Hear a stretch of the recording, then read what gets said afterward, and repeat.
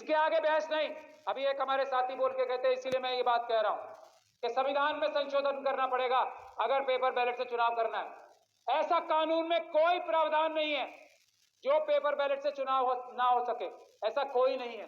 बल्कि आज भी जो कानून है वो पेपर बैलेट वाला ही कानून है। बैलेट, ये जो ईवीएम मशीन भी है ना, इसको भी पेपर बैलेट ही मान के इलेक्शन होते हैं। बुनियादी कानून आज का भी पेपर बैलेट का ही है।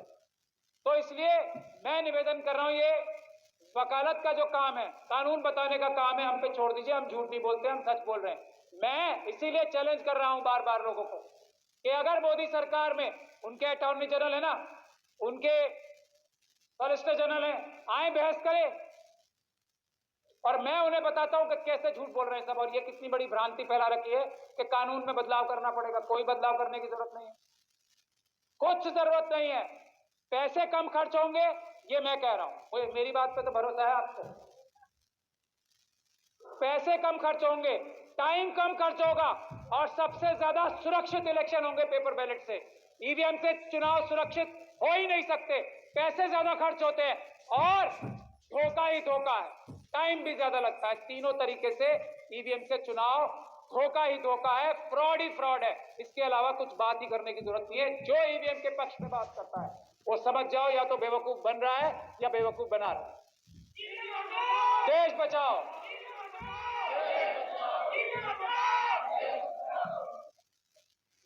तो 31 तारीख को, और हम लोगों का आह्वान है ये, एक एक व्यक्ति भी जो कहीं भी ईवीएम का सेंटर है ना, जैसे रिटर्निंग ऑफिसर, अभी देश में 543 बनेंगे लोकसभा का चुनाव कराने के लिए।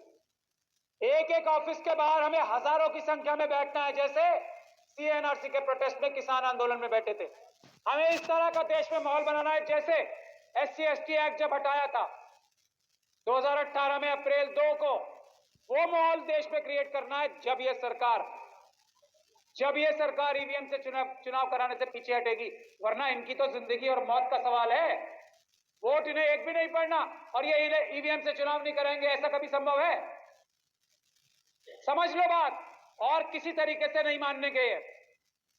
दुनिया भर के झूठ बोलेंगे। अब इलेक्शन कमीशन को सड़कों पे उतार दिया। पहले हमने 50 मशीनें मांगी ना सिर्फ, कितनी ज्यादा डर लग गया। अब एक एक को जाके दिखा रहे हैं झूठ अपना कि नहीं नहीं ईवीएम की मशीनें ठीक होती हैं। पहले कहते थे मशीन देखने ही नहीं देंगे। बड़ी बड़ी पॉलिटिकल पार्टीज को मशीन देखने के लिए नहीं दी इन्होंने। अब एक एक गांव में जाके, एक एक गली में जाके क्यों दिखा रहे हैं? क्योंकि हमने इन्हें बेनकाब कर दिया। और ये बात जानते हैं जब अम्बेडकरवादी खड़े होते हैं, वैसे नहीं डर रहे हैं ये।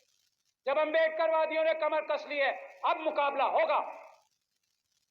चाहे पुलिस लाए, चाहे ये अपने आरएसएस के गुंडे लाए, मुकाबला होगा। ईवीएम से चुनाव नहीं होने देंगे, किसी हालत में नहीं होने देंगे, किसी कीमत पे नहीं होने देंगे।